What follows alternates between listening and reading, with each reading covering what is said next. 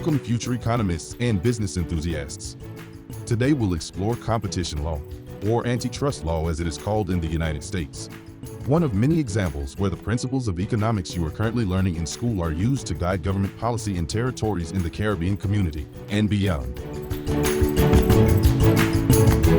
Competition law is unlike any other field of law as it is grounded in economic concepts, theories, and evidence. So, before we dive into competition law, let's revisit some of the relevant fundamental economic concepts that you've been learning in your classes.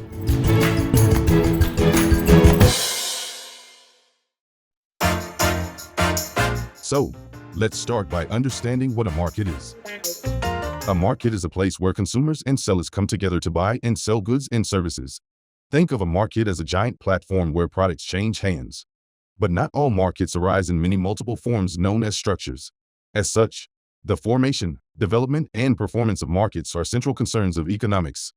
Let's explore the main market structures examined in economic theory and see how they compare based on their ability to efficiently use scarce productive resources. Firstly, we have the perfectly competitive market structure. Perfect competition is all about efficiency. In this market structure, there are many sellers and consumers, with each seller serving only a very small segment of the market.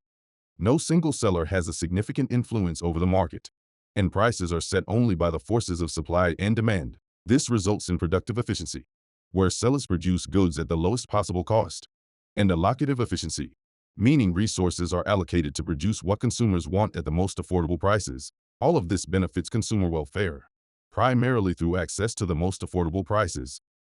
Now let's talk about the monopolistically competitive market structure. In this structure, there are many sellers of slightly different or differentiated goods and services. These sellers compete on product differentiation, not just price. Monopolistic competition offers variety and innovation, but it may have less productive efficiency due to the costs of product differentiation. This market structure is not allocatively efficient as sellers set prices above marginal cost. As such, consumer welfare is sometimes higher and other times lower in monopolistically competitive markets compared to perfectly competitive markets. Next up, the oligopoly market structure. An oligopoly features a small number of sellers supplying a significant share of the market. These sellers often watch and react to each other's moves like a game of chess between two grandmasters. This close monitoring between the few top sellers often results in higher prices and less innovation. Oligopolies may achieve some productive efficiency due to their size, but they can struggle with allocative efficiency.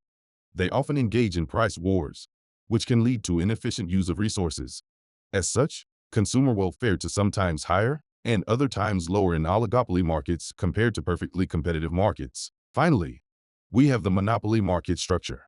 In a monopoly market structure, there is only one seller in the market, and consumers have no close substitute product or service to choose from. Monopolies tend to waste scarce productive resources and supply fewer goods and services that they could have otherwise produced, resulting in higher prices. In this sense, monopoly market structures tend not to be allocatively efficient. All things being equal, consumer welfare tends to be lower in monopoly market structures compared to perfectly competitive markets.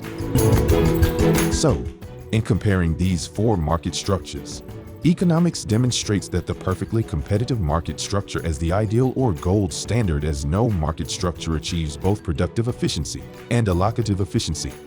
As a result of its efficiency, perfectly competitive markets offer significant benefits to consumers, such as lower prices, greater output, compared to other free market structures.